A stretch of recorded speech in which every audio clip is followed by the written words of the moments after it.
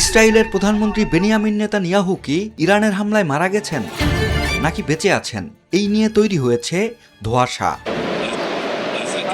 কারণ ইরানের ইসলামী revolutionary guards corps IRGC দাবি করেছে তাদের 10ম দফার ক্ষেপণাস্ত্র হামলায় নেতানিয়াহুর কার্যালয় এবং বিমান বাহিনী প্রধানের সদর দপ্তর ভয়াবহভাবে আঘাতপ্রাপ্ত হয়েছে।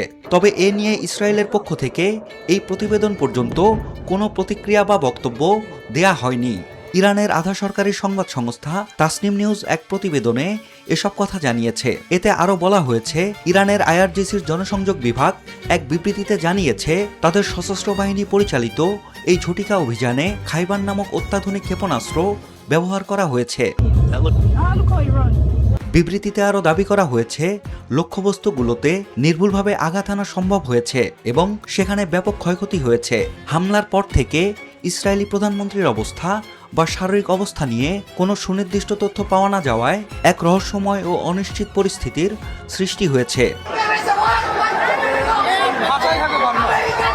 গত শনিবার ইরান ভূখণ্ডে মার্কিন ইসরায়েলের যৌথ সামরিক অভিযানের প্রতিক্রিয়ায় তেহরান এই পাল্টা প্রতিশোধমূলক হামলা শুরু করে। সোমবার পর্যন্ত ইরান 10 দফায় ড্রোন ও ক্ষেপণাস্ত্র হামলা চালিয়েছে। এসব হামলার লক্ষ্য ছিল শুধু ইসরায়েলি মূল ভূখণ্ড নয়, বরং মধ্যপ্রাচ্যে অবস্থিত মার্কিন ঘাঁটিগুলো। তবে 10ম দফার এই ক্ষেপণাস্ত্র তরঙ্গটি ছিল পূর্ববর্তী হামলাগুলোর তুলনায় অনেক বেশি সুনির্দিষ্ট এবং বিধ্বংসী। বিশেষ করে খাইবার ক্ষেপণাস্ত্রের ব্যবহার এবং প্রধানমন্ত্রীর কার্যালয় টার্গেট করার বিষয়টি যুদ্ধকে এক নতুন এবং অত্যন্ত ঝুঁকিপূর্ণ মোড়ে নিয়ে গেছে। অধিকৃত এলাকাগুলোতে বর্তমানে উচ্চ সতর্কতা জারি রয়েছে এবং আকাশ প্রতিরক্ষা ব্যবস্থাগুলো ক্রমবর্ধমান আক্রমণ মোকাবেলায় হিমশিম খাচ্ছে।